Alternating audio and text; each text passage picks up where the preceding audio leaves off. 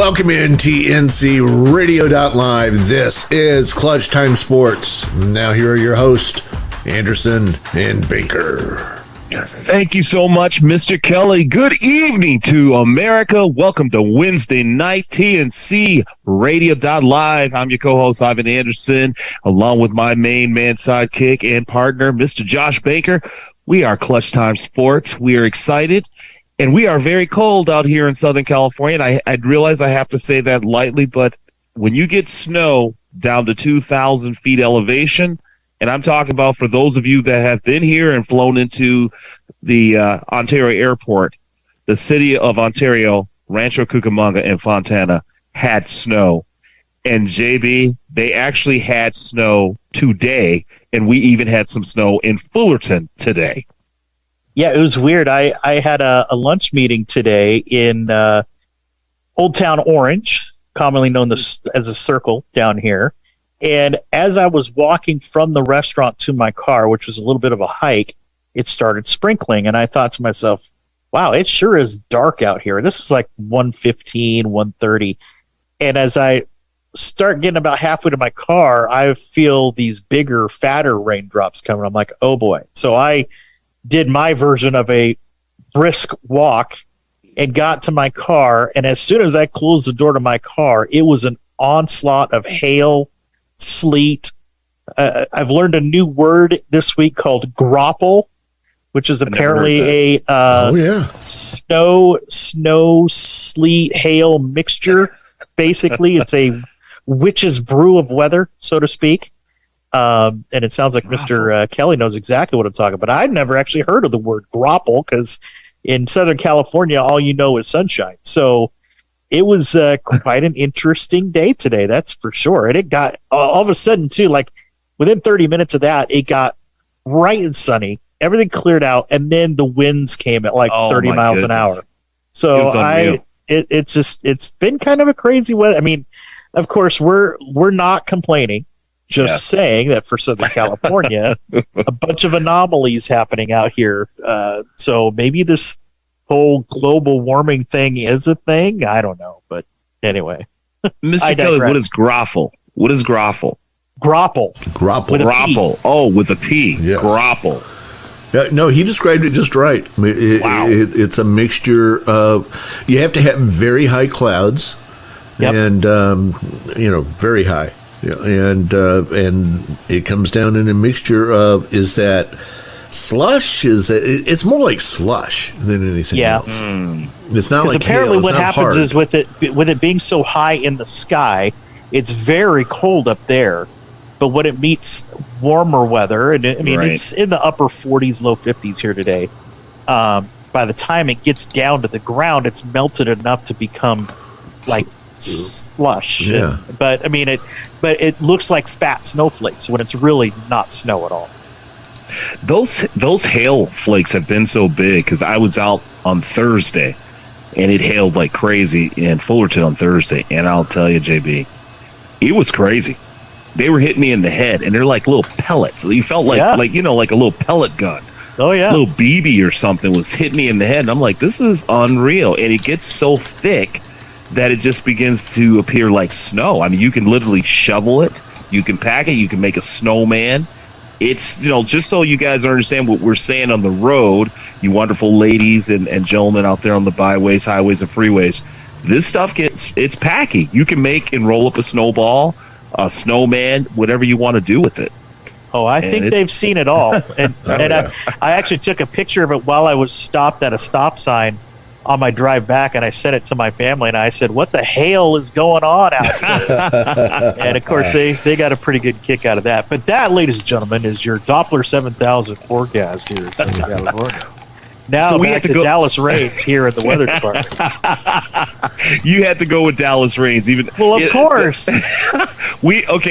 In all full disclosure, Dallas Rains was a local guy here, and JB and I actually went to college with his son.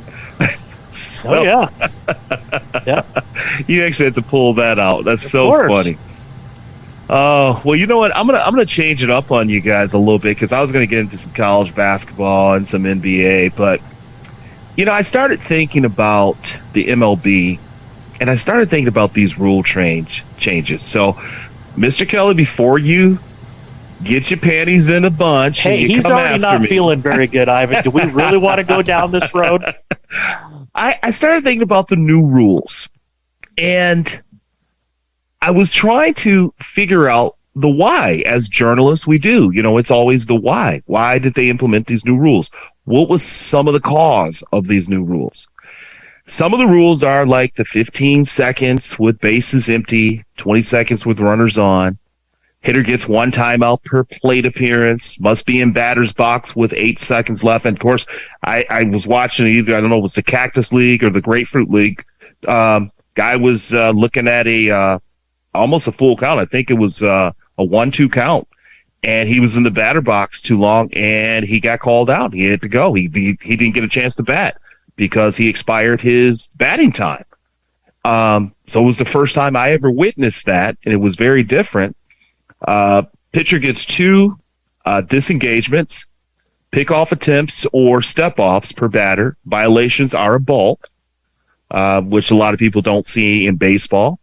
Limits on pickoff attempts led to 26% increase in stolen bases attempts in minors. I think they got rid of the stealing base rule or something around that, so they're expecting Ricky Henderson-like type of play in the field out there. And pitching time helped reduce game length by 25 minutes, they said, in the minors league, and that was in 2022. So I did some research, JB, and I said, why would baseball go this way? And Tom made a very compelling argument. He talked about that everything is up, the money is up, the revenue is up, the contract is up. Baseball is doing just fine. And for America, it is the richest sport. This is not Europe. We don't play soccer as our primary sport.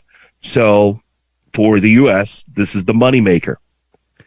What I started looking at was the ages, average age of a fan of baseball, even though it's making money.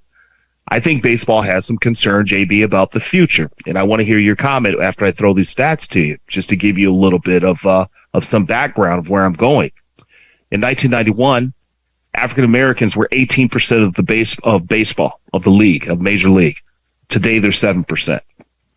Latinos back in 1981 were 14%. They are now 31% of that league. Asians and others are 2.9%, and white players are 57.5%. The average age of the fan, though, is between the age of 35 and 54. Now, if you take that from that's being inside the ballpark. Now, if you remove from being inside the ballpark and you go to the social platforms, that drops down to 25 to 34. So my argument is, I think what baseball is looking at, where are we 10 years from now when the average age of our fan is 45 to 64? So, JB, what are your thoughts on those statistics and maybe some of the concerns that they're having that this game went from being 2 hours, it was 2 hours 20 years ago or in the 90s. Today, the average game is 4 hours to 10 and 15 minutes. Wait, 4 hours for an average game? That's not right. I don't think it's right either. I think it's exaggeration. No. So to answer your question, I have no problem with baseball trying to market to a younger audience. However, most games are an average of around 3 hours, usually around 2 hours, 50 minutes to 3 hours. And thank you, Tom, for the visual. But what they've seen already in the early part of spring training games is a reduction of the total time of a game by about 20 to 25 minutes or so because of these pitching clock changes and all these other rule changes going on. What I wholeheartedly agree with Tom Kelly about, though, is are they doing it by sacrificing what the game actually is? I'm going to spend probably $40-50 per person if I'm going to a stadium to watch a game. I couldn't care less if that game was 2 hours, 3 hours, 4 hours, or 5 hours because I'm already making a commitment to spending that kind of money. So to me, all of these changes are geared for television. This is just my opinion. I think they're trying to cater to the want it now, need it now, have to have it now social media culture that we have. And boy, I feel like I'm stepping on a soapbox at this point. And maybe I am, because I opened up this Pandora's box a couple weeks ago and let Tom walk in on it. And, we had the last 15. And that might have been the best 15 minutes of the show we've ever had. But in my opinion, I savor being able to get to a game, because even though there's 162 of them a year, I maybe get to a handful of them in person. So more often than not, if I'm going to sit down and watch a game anyway, I'm probably not going to be able to commit to the 3 hours it takes to watch a game. And I understand trying to cater to growing a younger audience, but I think maybe what they have to do is cater to the existing audience more, to where I grew up watching baseball because my family liked watching baseball and participating in baseball. So it's a generational kind of hand-me-down to me. And so if you want to try to, take focus off of your core market and try to increase it without, with just ignoring or sacrificing the other side of the market, then that's a very dangerous game you're playing. I can agree with what you're saying. You don't want to jeopardize the integrity of the game. And I think that's one of the kind of things that I was looking at. And there again, I'm just being the journalist. I'm just stating some of these numbers and some of the concerns that they may have. And I think you make a very valid point when you bring up it's 162 games. It's 18s in the NFL, which why the NFL is so popular. It's very limited. It's 18 games. NBA it's 17 games and 18 17 weeks. Games. Yeah, 17 games, 18 weeks. Thank you. Yep. And the NFL and the NBA has 82 games. So I think what they're looking at, and I agree with you, it is they are catering to the viewer, because it's so plentiful. It's 162 games. That's a lot of games to play. And you go to the stadium, you're there for the experience. It's not just the game, it's the hot dogs, it's the drinks, it's the fans, a pastime. It's the ambiance. Yeah, that's why it's called America's pastime. Yes, exactly, it is. So I think there is a different market. The different market is what's going on while you're at the stadium. There again, at the stadium, we're at 35 to 54 years old.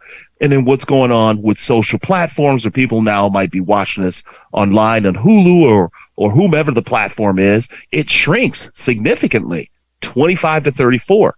And so when you look at how long a soccer game lasts, hour and a half, how long an NBA game lasts, hour and a half, how long an NFL game lasts. I mean, they even changed the rules the last 2 minutes to make sure that they stayed under a certain time in the NFL. So I want to see what this is going to be like during the season. I'm excited for the season. Even my son was saying, man, I got to admit, I've never watched baseball more than I'm watching it right now. And so it's going to be real interesting to see the pizza boxes out there, to see the clock for the first time. Yeah. Well, and it'll be more interesting when we see some of the things that have happened in spring training translate into the regular season. Like how much are umpires really going to enforce some of these rules? And we could talk about this for the entire first quarter, and we basically have, but we don't want to talk about it for the full first half. So let's take a quick break. Be back for the second quarter right here on Clutch Time Sports on TNCRadio.live. Trucking Moves America Forward, or TMAF, is boosting the image of the industry by telling the story of trucking, and your story can be part of it. Upload a photo. Tell us what you love about trucking, or send us a story about a good deed or charitable act in trucking. Be sure to follow us on social media and contact us through truckingmovesamerica.com. That's truckingmovesamerica.com. This blog is brought to you by the Truckers Network at app.thetruckersnetwork.net. 5 awesome tips for finding safe overnight truck parking. Truck drivers face many challenges in their career, and finding safe overnight truck parking is one of those challenges. After the tragic murder of truck driver Jason Rivenberg, Jason's Law went into effect to help protect the thousands of truck drivers who need to find safe overnight parking. Although Jason's Law was put into place to help drivers, safe truck parking continues to be an issue for truck drivers across America. We've put together a list of tips that'll help you make the process of finding safe overnight parking easier for you. Plan your trip. Pre-planning your trip is something every truck driver should consider doing. Not only does it allow you to map out your overnight parking, but it allows you to map out where you can get fuel and food. Before you hit the road, take a look at your route. Avoid scheduling truck parking in high-crime cities or congested areas. Pro tip, download the app Truck Park. With over 200 secure locations, the Truck Park app allows drivers to schedule their overnight parking in advance, so drivers don't have to worry about driving around to find a parking spot. Not only is it a relief to have your parking spot booked, but it's also more productive with HOS. Also, if you're a member of the Truckers Network, drivers get instant access to a 15% off promo code to use when booking a parking spot with TruckSpot.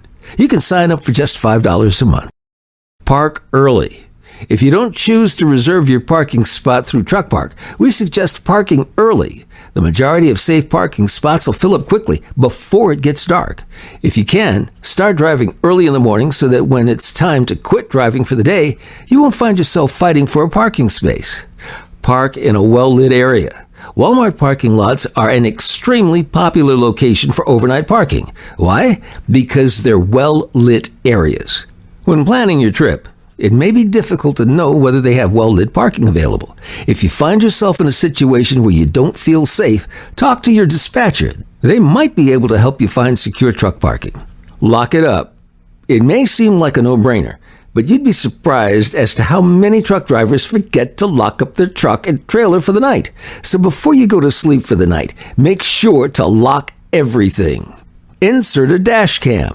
Dash cams are a great way to provide evidence if your truck was in an accident or vandalized. It's always refreshing to know that you have an extra set of eyes on your truck. This blog was brought to you by the Truckers Network at app.thetruckersnetwork.net. I'm Shelley Johnson with Kathy Tuccaro. You can hear us Tuesdays on TNCRadio.live at 8 p.m. Eastern on Women Road Warriors. And don't miss Steve Summers' Overnight Drive right here on TNCRadio.live. Weeknights, midnight to 5 a.m. Eastern. Brought to you by Hot Shot Secret.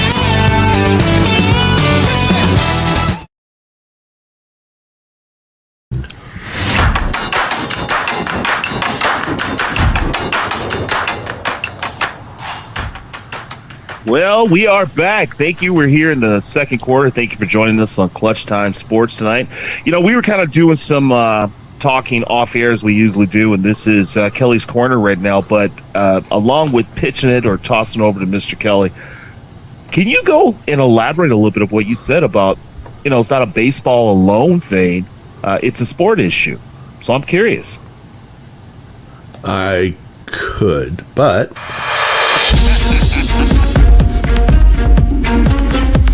All right, welcome in TNCRadio.live, and this is Kelly's Corner on Clutch Time Sports. Guys, got a couple of opinion questions I need to get to you because these are going to take a few minutes. We're going to run out of time real quickly. So we talked a little bit about these new rules in baseball.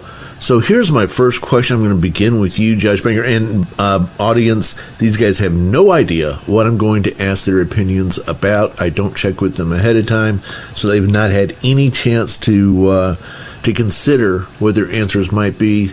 So they may come back next week and say, I hereby change my answer. But all right, baseball. We just talked about all these crazy, stupid rule changes and good for nothing and all that kind of good stuff. So, Josh, let me ask you this. Pick another sport and a major rule change you think needs to be made. Ooh, that's a great one. Good one, Michael. Oh, man. I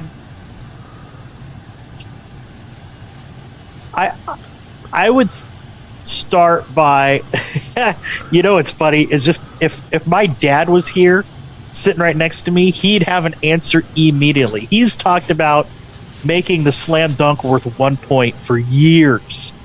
Any slam dunk worth 1 point. Now, I don't agree with that rule per se, But I don't know why that just popped right into my mind. It still makes me laugh every time every once in a while he'll slip that in as a comment when we're watching a game. Okay, so what I would like to see happen is in the NFL, I would like to see a a moving up of the goalposts again. Move them back forward to the front of the goal or front of the end zone. I would find it intriguing with the modern day NFL to see how that brings kicking back into the game, perhaps a little bit more, to where maybe we're not seeing as much of these bush push 4th and 1s, from the 42-yard line, where you could think about a 65, 70-yard field goal might be doable from here. So there's my answer for now. All right. I might have to think about that, though. All right, Ivan? I gotta, first of all, I gotta kind of talk about JB's, at first you heard my little comment about your dad, 1-pointer on the dunk. I actually take that back because for a long time, you used to get 2 points on a 3-point foul, if you remember that. You didn't get 3 buckets. If someone fouled you on a 3-point shot, so you only got 2 for 3, right. They would have said, that's not even, that's not right. It's a 3-pointer. So, yeah, I kind of like that. But I don't like the goalpost, JB. I think that's dangerous. What I'd like to see, there's 2 sports I'd like to see change. In the NFL, I think the way that it's set up right now, we need to go back to the way it used to be, and that was 3 downs versus 4 downs. That's that old style of football still played in the CFL. You only get 3 downs. You can put your player in motion in the backfield, and he can run up to the line of scrimmage, but can't cross that encroachment line until the ball is hiked. The other thing I'd like to see, and actually I'm sticking with the same sport, is before we start the game, give me the definition of a catch so we don't have to take 2 hours and go, what is a catch? I don't know what a catch is. Do you know what a catch is? And have to go back to the guys in New York and look at the monitor for 5 hours, and then 2 plays later decides that that's no longer the catch. This is now a catch.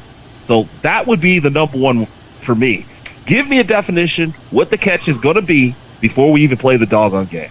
Now, and Tom, I have to say too, I'm excluding any of my deferences to any of the rule changes for baseball because yes, like I said, we could probably go. I said it has to be another sport other than baseball. So yeah. Yep. All right. Good answers, guys. Good answers. Think about that. We may touch that. Over the week, you may come back with one and say, "Hey, I've gotten one." I will co-sign, by the way, on the movement towards the line of scrimmage for the NFL. I do like that part of the CFL and some of the other leagues that allow forward motion by a receiver or running back towards the line of scrimmage. Interesting. Thank you. All right.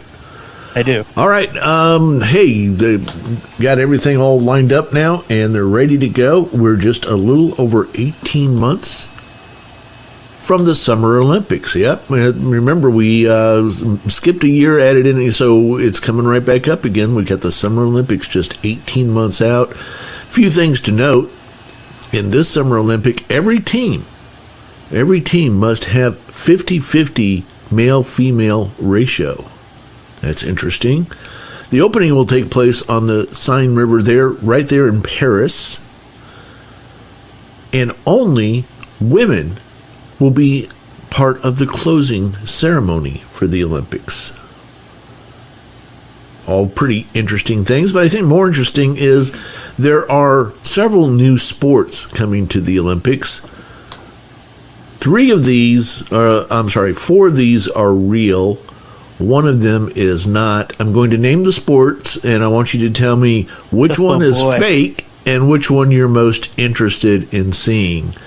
So the sports are Olympic skateboarding, Olympic sport climbing, Olympic sport surfing, Olympic ballroom dancing, or Olympic break dancing. So I'll start with you this time, Ivan. Which one is not really a sport, and which one are you most looking forward to seeing? I'm sorry, but any dancing in the Olympics, I can't get on board. And out of the three that you named, the one I would be most interested in seeing, honestly, would be surfing. I think surfing takes agility. I think it takes a level of in-shapeness. And I think it takes a knowledge and skill to get on a board and ride something that's not solid.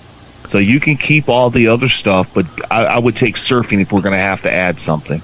Well, one of the sports that I just named isn't really going to be a sport in the Olympics. Do you know, or would you like to take a guess which one is not a sport? I'm going to say climbing. Okay. And Josh, how about for you? Again, Olympic skateboarding, Olympic sport climbing, Olympic sport surfing, Olympic breakdancing, or Olympic ballroom dancing? Okay, I'm going to choose Olympic breakdancing as the sport that I do not think is actually real. And the one I'd be most interested in is probably the surfing as well. And for the love of all that's holy, I hope they do that in the south of France and not the north of France.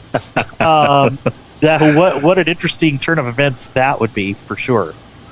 Well, very interesting that you guys should say that. First of all, the sport that isn't real,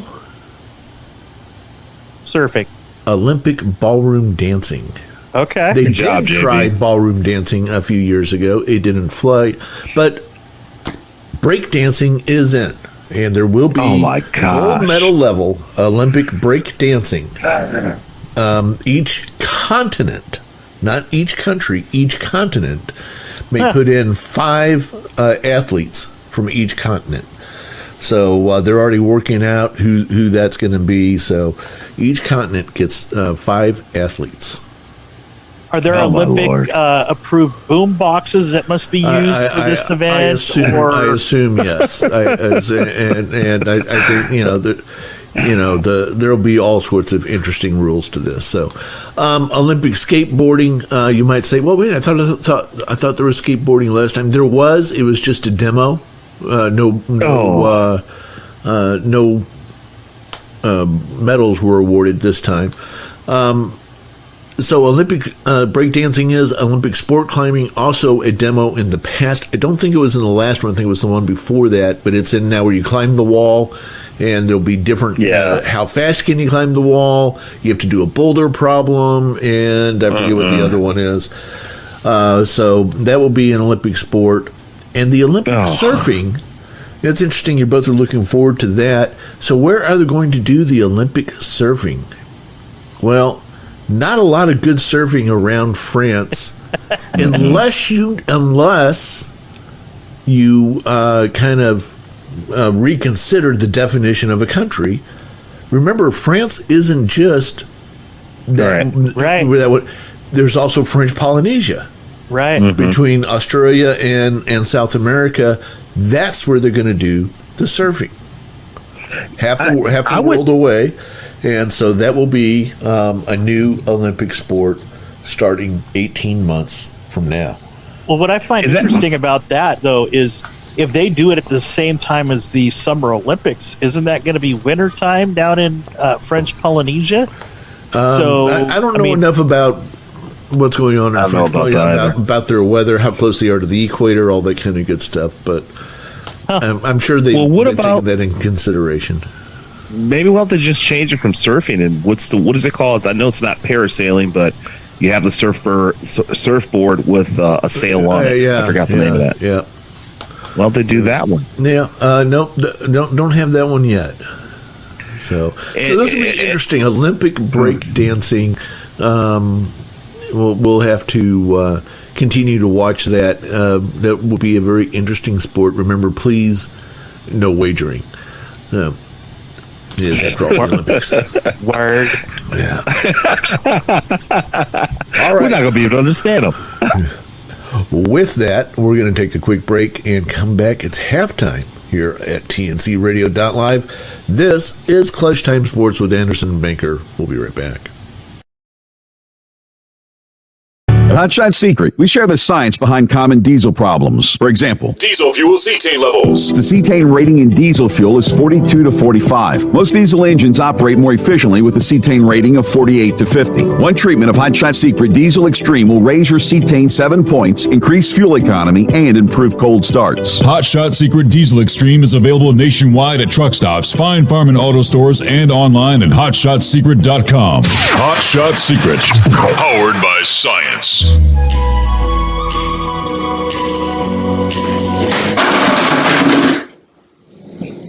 Hi, I'm Dr. Christopher Cortman, and now for the Mental Health Minute.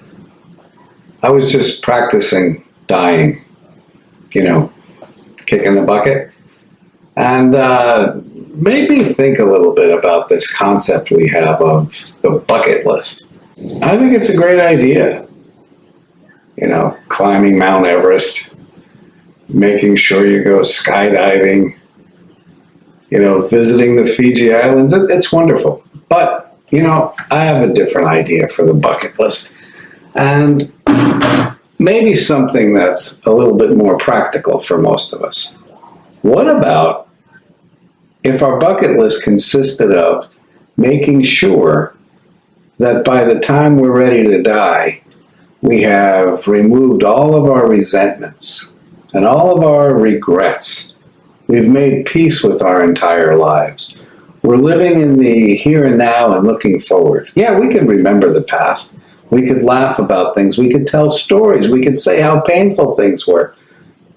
But in this new version of the bucket list, we finally made peace with everything that has ever haunted us or put us in some degree of pain or resentment. And if that's difficult to do, it's probably important to seek professional help, because you can finish that bucket list well before you die.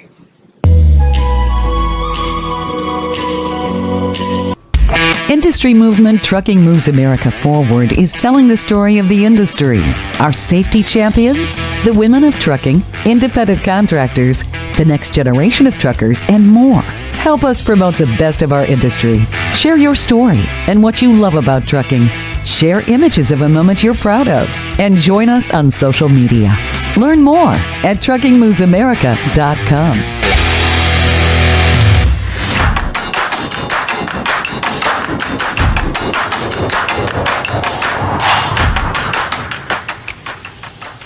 All right, welcome back to Clutch Time Sports. Don't forget to check us out on social media, on Twitter and Instagram. Our handle is always the same, Clutch Time TNC, at Clutch Time TNC. Guess what, folks? It's the third quarter. It's my time of the day where I get to kind of lay back and relax. I need a little bowl of soup, preferably a little clam chowder if I could, with this nice cold night, and sit back and listen to my man do his thing, because in the last 4 years, we done won Trey Rings. Get it in a nice hot sourdough bowl too, please. Oh. How does it always evolve back to food or revolve back to food? It always does. And by the way, we may need to put a poll up on our social media platforms as to the next Olympic sports we want to see there, because I've already been training for 46 years for the Olympic mini golf team. So perhaps, when that gets put in, I'll be right up there for that one. All right, Rang number one.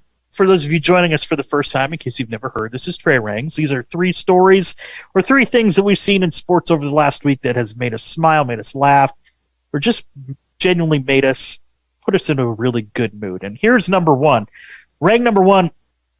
20-year-old Michigan State student John Howe was an unfortunate victim of the shooting on campus back on February 13th, but was lucky enough to not be one of the 8 that unfortunately were tragically killed on that night, albeit he is paralyzed from the waist down, and thoughts and prayers, of course, go out to him as well in his recovery now.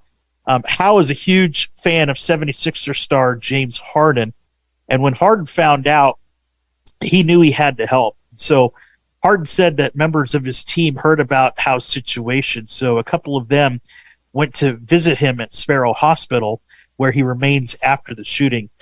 Harden also, even though he couldn't go, sent sneakers, including a game-worn pair, and then donated to Howe's GoFundMe page, and actually did a FaceTime call with him to offer some encouraging words. And Ivan, this is like the second or third James Harden tour of, gratitude that's been going around here with him over the last few weeks. And I got to admit, I don't know if I will ever root for him as a major basketball player, but as a person, I am getting more and more respect for Mr. James Harden. True that. All right, rank number 2, and I don't want to get Mr. Kelly's heart rate up again, but the first week of spring training has sure had its interesting stories, whether we're talking about Manny Machado, who's now looking to complete a long-term extension with the Padres, or a game-finishing tide, Ivan, because you kind of mentioned this already, after a full count, it was a full count strike that was called because the batter didn't get in the box in time. But I think this one takes the cake. As often happens, teams will play games on, backfields while others are in front of fans. But when the Orioles made the final out in the top of the ninth inning a game against the Pirates, they had lost 7-4 to Pittsburgh. So game over, right? Well, maybe for the umpires it was, because yes, the Pirates had won, so there was no need for them to stay around, and really there was no need to play the bottom of the ninth. But it's spring training, and the teams wanted more work. So the teams went ahead and played the bottom of the ninth inning after Pirates manager Derek Shelton and Baltimore manager Brandon Hyde had a quick talk. The Orioles wanted to get some work for their right-hander Ofrady Gomez, and the Pirate hitters, well, they can use all the work they can get. So the non-roster invitee Maverick Handley, you can't make this stuff up, Maverick Handley was the catcher for the Orioles and called all the balls and strikes like it was a backyard game, as the umpiring crew chief Chad Fairchild and all his friends left the field. I guess backyard baseball exists even in Arizona, and I'm sure there's going to be more stories like this coming out, because I feel like the way the rule changes have made it feels more of a laissez-faire sort of atmosphere in Arizona and in Florida over these next few weeks as we get spring training really underway. So that's rank number 2.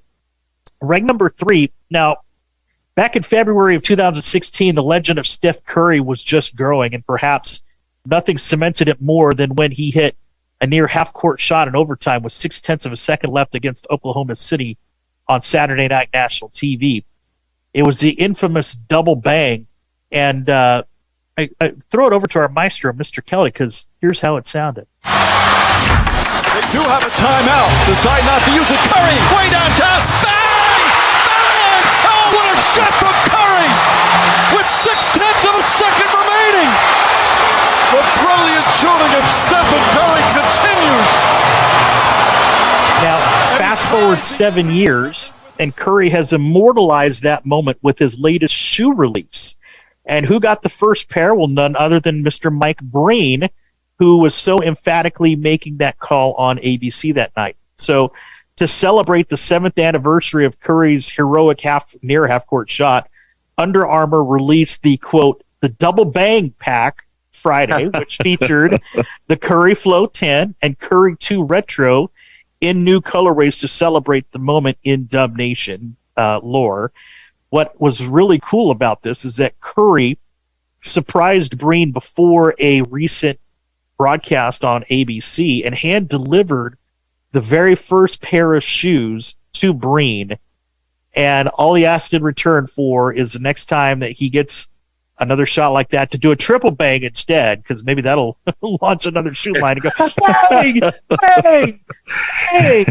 But I can tell you as as we've done this show for, good 8 months now, Ivan, and I've been a public address announcer and a play-by-play guy for collegiate sports here in Southern California for 20 plus years. You're never wanting to be one of those guys that wants to become the event You're the guy that you want to make the event better and memorable. And what's so cool is to see somebody like Stephen Curry realize that while that play in and of itself was spectacular, if you don't have a Mike Breen on the other end of the microphone going and losing his freaking mind, then there's nothing there. I mean, if that was say during the pandemic and there was no fans there and there was no big time broadcast of what's going on, nobody will care. And now it's a whole shoe line thing, and it's what's really awesome is to see a player recognize the value of the, I don't want to say ancillary because that's probably not the right way to say it, but the complementary pieces that make their sport as great as it is. It is. And the thing is, the announcer, if he does it right, like you hear me when I'll say, "Oh, Nelly." I mean, when I say that, who's that person? The minute I say that. Mr. Keith Jackson. Mr. Keith Jackson. And to this day, you can see the guy runs from Michigan, Desmond Howard, takes it all the way to the house. Then he goes just perfectly, touchdown, hello, Heisman. And it's just, you need that. And I look for Mike Breen when he says the game is hype. You're excited, and that shot goes in, and he goes bang. It is just perfect timing, and it makes that excitement that much more because you can't feel the arena. You're not there. You're watching it on TV, and you're jumping up and down, and you're going crazy. And that's as close as you can get there without being there. So that's cool that Steph did that. I love that. Yeah, that was one of the stories that I saw this week that really just like, man, that is like the antithesis for broadcasters right there, to be recognized by a player who realizes the special moment that you helped create, you know, when it could have been just any other play. It's amazing. You know, I can't remember who the announcer was. I just forgot his name, but LeBron James goes up for a dunk. LeBron James takes it to the house. And he's like, with no, what do you say? Something like no cause for human life or something like that. It's just like, it's just, it makes the play. Somebody runs an incredible play into the end zone. Somebody catches incredible ball into the end zone. You are the sound effect. Yeah. You know, I think we all can remember being kids, and one of the most disappointing thing about being a child is when you would watch the toy commercial, and you'd see that toy that you wanted to play with and all the sound effects that came with it, and you got it home, and you were somewhat disappointed because it didn't have the sound effects that you had from the commercial. And that's the excitement that a good announcer will bring. I remember listening to you. You would have your comments, 3-ball, corner pocket. I mean, you would say things. You'd give guys nicknames. It was fun. Yeah. It was fun. Yeah, I still have former players that come up to me that remember, you know, like B3 Bingo was a guy that, you know, shot threes. He wore number 3, and his first name was Brian, and so it was B3 Bingo. And I still have people 20 years later come up to me reminding me of that. And that's very important. But let me jump up real quick to the first Trey rings, and that is with James Harden. And that is what I was talking about that you didn't see. I see it, that you didn't see in the All-Star game. James Harden is a veteran, and he understands where his bread is buttered. And because of that, he knows that people put a lot of time, energy, and finances into you. So I'm just proud that he's stepping up and being a veteran and a true leader. Amen. And with that, let's take a quick break and be back for the fourth quarter. You're listening to Clutch Time Sports right here on TNCRadio.live.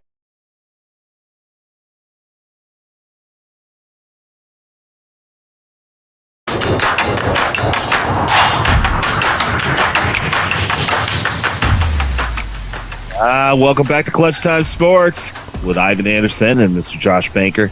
We are in the fourth quarter, and this is time we kind of hang out and let it loose and talk about some other great things. We started off with baseball. I love Kelly's Corner. Mr. Kelly, you always come up with some great questions. But because this is the loose quarter, I have to go back to this and ask you, Mr. Kelly. You made a great point. And unfortunately, it took your Kelly's Corner and bringing up breakdancing to quote you not just a baseball alone issue. Are the younger people losing interest in sports? And why? They never had, because that's not where their head is now. It used to be when you and I were kids, Saturday afternoon, Dad's watching TV. We go in to see what Dad's doing, and he's watching a college football game. He's watching he's watching the Cardinals versus the Cubs. He's watching the Cowboys versus the Steelers. Okay, he's got something funny, and we grew up hanging out with Dad and doing that kind of relationship isn't there now. Dad goes to find the kid, and the kid's in the other room with three of his other friends. Not in the room, mind you, they are also at home. And the kid hasn't showered for 3 days because he's on a bender for the massive Halo shootout that's been going on for the last 72 hours, and he and his team are one of 4 teams left. And he wants to tell you all about how Steve dropped down and he took the knee just as you shot over his head and killed 3 different guys at the same time with your railgun. And you can't believe that you have this many frags after just 72 hours. And your dad's going, I have no clue what you're talking about. And he stumbles back into the other room to watch the game. That's, they're not there. They're not there. And they're not going to be there.